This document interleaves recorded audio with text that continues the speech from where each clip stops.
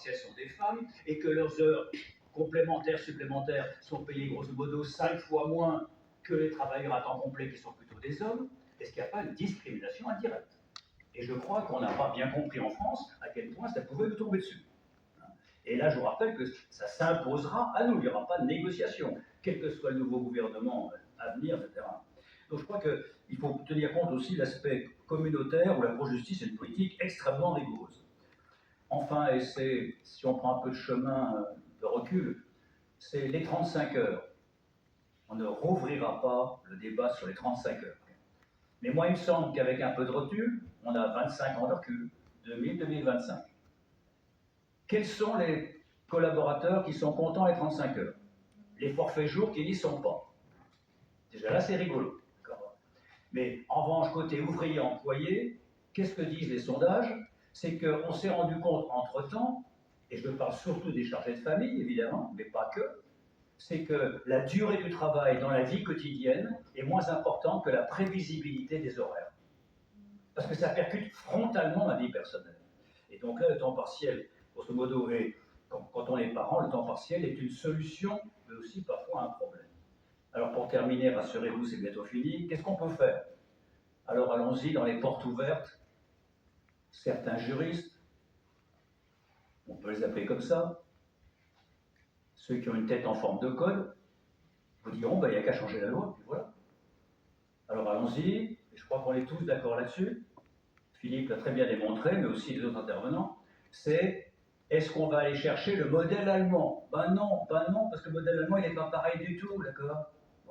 Est-ce qu'on va aller chercher le modèle néerlandais? Non, la situation familiale et la culture des mères allemandes n'est pas encore la même que la culture des mères suédoises. C'est tout à fait différent. Donc d'abord, on doit s'adapter et pas faire une décalcomanie sur un modèle sociologique qui est très différent. Alors je passerai rapidement par courtoisie. Solution simple. Quel est le problème? T'as qu'à interdire le temps de travail subi. Ah ouais? Oui. C'est comme d'autres lois. C'est clair, ça fait 3 lignes, une ligne, mais c'est quoi le temps de travail subi? Je crois que tout le monde a montré, le temps de travail subi dépend avant tout de la conjoncture économique. Et on a très bien vu les chiffres, quand ça repart, il y a moins de temps de travail subi, et quand ça va moins bien, il y en a plus. Donc il faut s'attaquer aux causes et non pas aux effets. Mais je crois que le mieux, c'est Yaka, interdire le temps de travail partiel contraint. Là, je crois que c'est le génie absolu, d'accord? Pourquoi? C'est que le temps de travail contraint, c'est un oxymore. Par essence même, si c'est contraint, je n'ai pas tellement le choix. Quand on me dit il faut supprimer le temps de travail contraint, oui, mais t'es gentil, mais moi j'aime mon père qui est en difficulté. Salarié aidant. Et là, je me permets d'ajouter que, vu le vieillissement de la population, ça ne va pas diminuer. D'accord? Donc, grosso modo, si vous aidez votre vieille maman, je vous rappelle que nos enfants s'occuperont quasiment de 3 générations. Bon, ils prendront leur retraite à 124 ans, donc ça y est, il y a de l'avenir, absolument.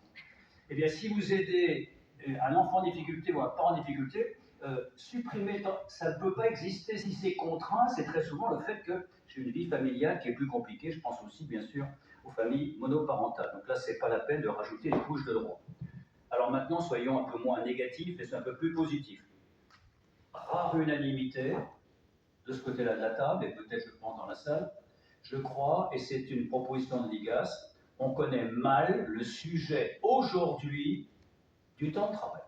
En un mot, je crois qu'il y a des études à faire pour savoir quelle est la demande sociale, quel est le profil, si c'est 75% de femmes, c'est pas comme 10% de femmes, etc., etc., etc. Et en tenant compte, j'incite, des évolutions récentes, en tenant compte des évolutions récentes. Deuxièmement, pas interdire, pas obliger, parce que sur ce terrain-là, qui est très individuel, ça ne va pas marcher. Alors on va chercher, c'est assez français aussi, à inciter, à montrer le chemin. Et allons-y, là on ne va pas l'aborder tellement c'est énorme, AU, énorme. C'est la première question, si 75% des travailleurs à temps partiel sont des femmes, c'est une question de politique familiale, qu'on retrouve à peu près dans tous les pays de l'UE. Si les crèches ont des amplitudes d'ouverture plus larges, il y aura moins de problèmes pour accepter un travail, etc. Si le congé parental est mieux réparti entre les pères et les mères. Ça, c'est l'aspect macro.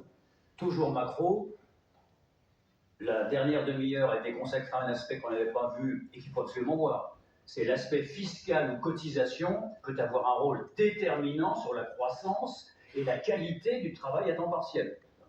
Et je crois que dans cette maison, ça ne tombera pas dans l'oreille d'un sourd. Mais si on va plus loin, vous savez que dans la RSE, je ne sais pas si j'ai bien compris, mais il semble que depuis janvier 2024, le E de RSE, c'est moins bien porté. Mais moi, il nous reste le S. En un mot, dans notre société de la réputation, et non seulement pour être gentil, non seulement pour avoir son nom dans les entreprises où ça va bien, c'est pour attirer, et je ne crois pas que ce soit moi voisine Malika qui vous dira que attirer des personnes qui travaillent à temps partiel subi, c'est vraiment fastoche. Non, ça devient un chemin de croix. Donc, pour attirer les meilleurs et les fidéliser, eh bien, je crois, et là je parle sous votre contrôle, qu'une entreprise qui afficherait très haut le fait qu'il n'y a pas de miracle, mais nous, on a une volonté de vous consolider, d'accord, autour de votre vie professionnelle et personnelle. Vous avez compris que le débat, ce n'est pas la vie professionnelle et personnelle. Le débat qu'on a là, c'est vie personnelle et professionnelle. Le temps de travail contraint, c'est vie personnelle d'abord, professionnelle en conséquence, ce qui n'est pas le débat habituel. Donc, Philippe l'a très bien dit, mais d'autres intervenants aussi, dans les appels d'offres, et là je partage tout à fait l'avis, surtout dans cette maison, virgule, 3 petits points, que l'État qui donne parfois des leçons aux entreprises commence par montrer l'exemple, d'accord ? Quand on fait un appel d'offres sur le balayage, la restauration, le nettoyage, eh bien qu'on indique des clauses sociales. Ce n'est pas seulement le coût qui sera fondamental, c'est quelle sera la qualité des emplois et les coupures qui ne seront pas maximum. Donc appel d'offres, clauses sociales, et puis je crois qu'on l'a abordé à plusieurs reprises. Il y a un problème géographique, d'accord ? C'est si je dois me déplacer, faire 30 km, je dirais. Donc là, et là je parle sous le contrôle de ma voisine en particulier, qui connaît très bien le sujet, il faut créer localement les conditions, et donc localement c'est quoi ? Ça peut être la polyvalence de certains salariés, ça peut être les groupements d'employeurs, et la mutualisation locale. Je crois que l'idée de localisation est très importante pour faire avancer le public.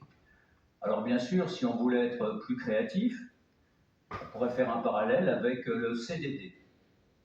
Le CDD, c'est du travail précaire. Alors en 81-82, pour lutter contre le travail précaire, on a créé une indemnité de fin de contrat, IFC, qui est égale à 10%. Une indemnité qui est extrêmement ambivalente. Ça renchérit le coût du CDD, donc ça incite à embaucher par CDI, mais ça permet aux salariés d'avoir une petite indemnité de rupture à la fin. Ok. Alors après tout, ce sera le seul côté répressif qu'on pourra voir. Est-ce qu'on ne pourrait pas